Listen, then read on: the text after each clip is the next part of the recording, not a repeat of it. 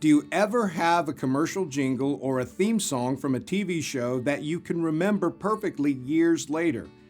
Decades might pass, you will have forgotten libraries of information, but you can still flawlessly recite the opening song. For example, the jingle from the old TV show The Brady Bunch. Here's a story of a lovely lady who was bringing up three very lovely girls, and you know how the rest of it goes. Stories draw us in. They make us pay attention. They help us remember. We see Paul using a story for the same reasons, though his story is much more meaningful. In his first letter to believers in Corinth, Paul wrote,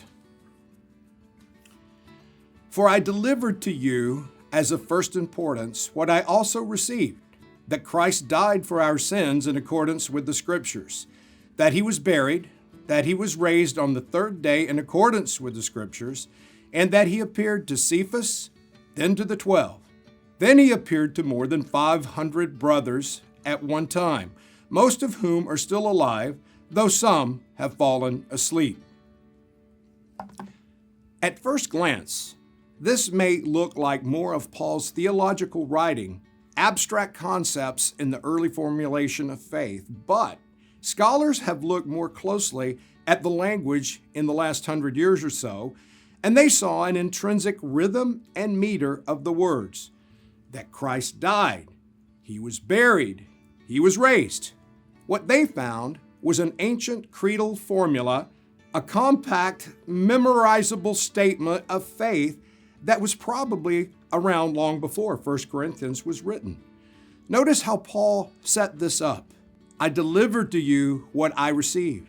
He was sharing something he had received, this creed, this jingle, this poem. Something that was already in place and most likely part of his discipleship process. We are seeing here some of the first hymns the church ever sang. Remember, there was no internet, and a significant part of the first audience was illiterate.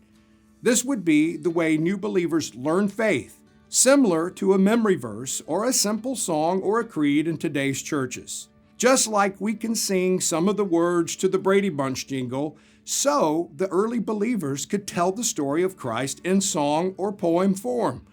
The story was circulated in such a way that people could remember it and share it. We still tell the story today. Jesus is of first importance.